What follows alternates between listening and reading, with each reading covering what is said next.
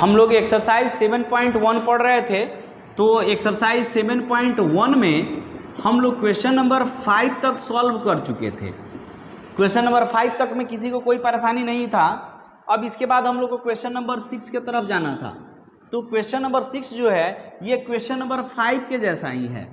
Question number 5 में जैसे कि बताए थे कि 4 कोऑर्डिनेट पॉइंट उसका दिया हुआ था और उसके बाद हम लोग उससे बता रहे थे कि ये जो दिया गया बिंदु है वो वर्ग है या नहीं है। तो हम लोग क्या कर रहे थे कि जो चारों कोऑर्डिनेट पॉइंट दिया हुआ था इस चारों कोऑर्डिनेट पॉइंट का हम लोग यूज करके पहले हम लोग चारों भुजा निकालते थे और उसके बाद दोनों विकर्ण निकाल रहे थे और देख रहे थे कि चतुर्भुज के किस परिभाषा का ये पालन कर रहा है। हम लोग उसी चतुर्भुज के कैटेगरी में इसको भेज देंगे। अब अगर चारों भुजा बराबर आ जाता हो और दो विकर्ण बराबर आ जा रहा था तो उसको हम लोग वर्ग कहेंगे। अगर चारों भुजा बराबर होगा लेकिन विकर्ण बराबर नहीं होगा तो वो क्या हो जाएगा, तो समचतुर्भुज होगा। अगर आमने सामने का भुजा बराबर हो और दोनों विकर्ण बराबर हो तो हम लोग क्या कहेंगे कि आयत है। अगर आमने सामने का भुजा बराबर हो जाए लेकिन दोनों विकर्ण बराबर नहीं हो तो समांतर चतुर्भुज होगा। तो अब ये जो 6 नंबर क्वेश्चन है इसमें ठीक 5 के जैसा ही हम लोग को सॉल्व करना है और बोल रहा है कि इसमें चतुर्भुज का प्रकार बताइए कि कौन सा चतुर्भुज है। तो अभी जो परिभाषा आपको समझाए इसी परिभाषा का पालन करते हुए आपको क्वेश्चन नंबर 6 सॉल्व कर लेना है। यानी कि आप लोग चारों भुजा निकालिएगा चारों कोऑर्डिनेट पॉइंट से और दोनों विकर्ण निकालिएगा। देखिएगा कि किसके परिभाषा में जा रहा है, हम लोग चतुर्भुज का वही प्रकार बोल देंगे। ठीक है, तो क्वेश्चन नंबर 6 तक आप लोग से सॉल्व हो जाएगा आसानी से। अब क्वेश्चन नंबर 7 की तरफ हम लोग चलते हैं, देखते हैं कि क्वेश्चन नंबर 7 में क्या है। आप लोग जो भी वीडियो देखते रहते हैं आप लोग कोशिश कीजिए कि पहले वाले भी वीडियो को देखें। कुछ ऑब्जेक्टिव जो पहले से पढ़ा हुआ है उस ऑब्जेक्टिव को भी देखिए।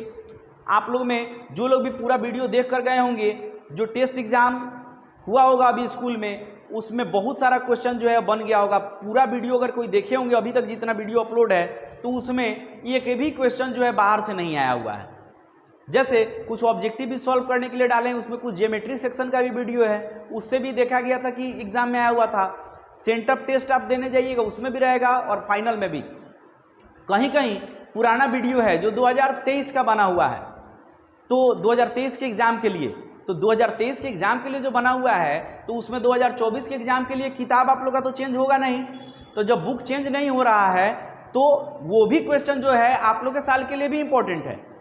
ये ऐसा नहीं है कि कहीं 2023 के एग्जाम के लिए लिखा हुआ मिल गया तो उसको आप 2024 में छोड़ दीजिएगा, तो ऐसा भी नहीं है। आप लोग उसको भी देखा कीजिए समय निकाल के बारी बारी से। किसी किसी दिन तबीयत खराब होने की वजह से या किसी काम के कारण, मतलब कभी अगर वीडियो अपलोड नहीं हो पा रहा है तो आप लोग उस दिन एक रूटीन जैसा सेट कीजिए और पहले वाले भी वीडियो को देखिए। लगभग सभी चैप्टर का वीडियो जो है उपलब्ध है इसमें, तो आप लोग वीडियो देखा कीजिए, उससे आप लोग को सुविधा होगा। अब आइए क्वेश्चन नंबर 7 की तरफ हम लोग चल रहे हैं।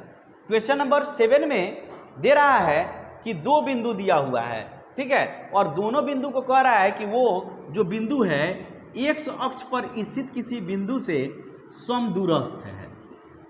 मतलब एक्स अक्ष पर कोई बिंदु स्थित है उससे ये क्या है, तो समदूरस्थ है। समदूरस्थ कहने का मतलब होता है, सम मतलब होता है समान, दूर मतलब होता है दूरी पर, और अस्थ मतलब स्थित। यानी कि जो समान दूरी पर स्थित होगा उसी को हम लोग क्या कहेंगे, तो समदूरस्थ कहेंगे। ठीक है, तो एक्स अक्ष पर कोई बिंदु है जो 2 बिंदु दिया हुआ है 2, -5 और -2,9, इससे ये क्या है, तो समदूरस्थ है। मतलब कोई बिंदु एक्स अक्ष पर है तो एक्स अक्ष पर बिंदु जो स्थित होता है उसका कोऑर्डिनेट पॉइंट क्या लेंगे, x, 0, क्योंकि बता चुके हैं कि एक्स अक्ष पर y नियामक क्या हो जाता है, तो एक्स अक्ष पर y नियामक 0 होता है। तो x का जो भी वैल्यू रहा हो उसको हम लोग x छोड़ दिए, लेकिन y तो 0 होगा ही, इसलिए हम लोग y के जगह पर क्या किए, 0 कर दिए। तो अब बताना है कि इस बिंदु का कोऑर्डिनेट क्या होगा, जो कि मतलब ये जो बिंदु है इससे और इससे समदूरस्थ है, यानी कि बराबर दूरी पर स्थित है। हम लोग क्या करेंगे, इसका पालन करते हुए दूरी सूत्र से हम लोग x का वैल्यू निकाल लेंगे। जब x का वैल्यू आ जाएगा तो जो भी x का वैल्यू आए उतना और 0 लिख देंगे, वही हम लोग का बिंदु का क्या होगा, तो निर्देशांक हो जाएगा। अभी अगर किसी को ये समझाने पर अगर जो बात बोले अगर नहीं समझ में आया हो तो अब क्वेश्चन को हम पूरा रूप से सॉल्व कर रहे हैं, समझ में आ जाएगा। और जिनका पहले से बेसिक अच्छा हो चुका है वो लोग इतना समझाने पर समझ गए होंगे और इस क्वेश्चन को सॉल्व कर सकते हैं। लेकिन इस क्वेश्चन को हम पूरा सॉल्व करके अच्छा से बता देते हैं कि कैसे हम लोग इसको लिखेंगे, ठीक है। और समदूरस्थ से भी अधिकांशतः क्वेश्चन आया करता है एग्जाम में। तो यहाँ देखिए हम लोग सबसे पहले लिखेंगे जो दो बिंदु दिया हुआ था, कौन कौन, तो हम लोग लिखेंगे माना कि कोई भी, जैसे P कोऑर्डिनेट हम लोग ले लिए 2,-5। एक दूसरा पॉइंट दिया हुआ है Q कोऑर्डिनेट, इसका दिया हुआ है -2,9। ऐसे यहां पर हो गया P कोऑर्डिनेट और यहां हो गया Q कोऑर्डिनेट। यहां तक बात समझ गए। अब हम लोग लिखेंगे पुनः माना कि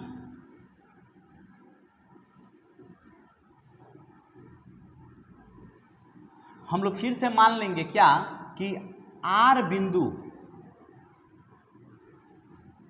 X अक्ष पर स्थित है जो P और Q से समदूरस्थ है, ठीक है। हम लोग मान लेंगे कि R बिंदु जो है X अक्ष पर है जो P और Q से समदूरस्थ है। ऐसा क्वेश्चन में दे रहा है कि कोई X अक्ष पर कोई बिंदु है जो P और Q से समदूरस्थ है, तो उस बिंदु का नाम हम लोग क्या दे दिए, R दे दिए, ठीक है। तो हम लोग यहाँ पर R कोऑर्डिनेट क्या ले लेंगे, X अक्ष पर है तो X कोमा क्या हो जाएगा 0, क्योंकि बताए थे कोई भी बिंदु को हम लोग X, Y के रूप में लिखते हैं तो X अक्ष पर Y नियामक तो 0 हो जाएगा, इसको 0 ले लिए और X का वैल्यू हम लोग को पता नहीं है, इसलिए हम लोग X को हम लोग X ही छोड़ देंगे। यहाँ तक बात समझे। अब हम लोग क्या करेंगे कि यहाँ पर लिखेंगे प्रश्न से क्या कह रहा है कि R बिंदु जो है P से और R बिंदु Q से समदूरस्थ है। कहने का मतलब है कि PR का जितना दूरी होगा उतना ही दूरी किसका होगा, QR का। यानी कि हम लोग लिखेंगे PR बराबर QR, ऐसे हम लोग लिख देंगे। अब हम लोग दूरी सूत्र का प्रयोग करेंगे। दूरी सूत्र का प्रयोग कीजिए, PR और QR का वैल्यू निकालिए। हम लोग कैसे निकालते हैं दूरी सूत्र से, तो हम लोग लिखेंगे PR, तो हम लोग को केवल P बिंदु और R बिंदु से मतलब है, X में से X को घटाएंगे उसका होल स्क्वायर रूट के अंदर में करके। तो हम लोग यहाँ पर X माइनस इसका X कितना है 2, इसको घटाए इसका होल स्क्वायर प्लस Y में से Y को घटा के होल स्क्वायर लिखिए, यानी कि 0 माइनस, अब ये माइनस है तो फिर से एगो माइनस खींच दीजिए, प्लस हो जाएगा, इसका होल स्क्वायर बराबर रूट अंडर। अब QR निकालना है तो Q यहाँ और R यहाँ है, यानी कि हम लोग लिखेंगे X माइनस, अब ये माइनस में फिर से तो एक और माइनस खींचेंगे प्लस, इसका हो गया होल स्क्वायर प्लस, देखिए यहाँ पर क्या है 0 माइनस 9, इसका हो गया होल स्क्वायर। यहां तक आप लोग बात को समझे हैं, इसमें कोई प्रकार से दिक्कत नहीं आया है। अब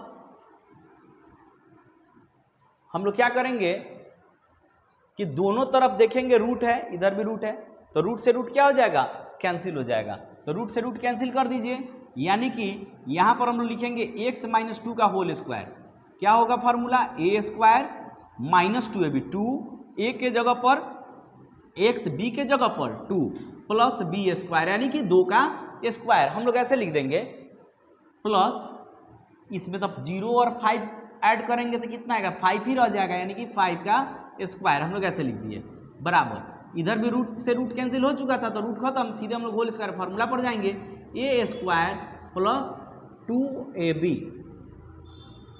प्लस B स्क्वायर, ठीक है,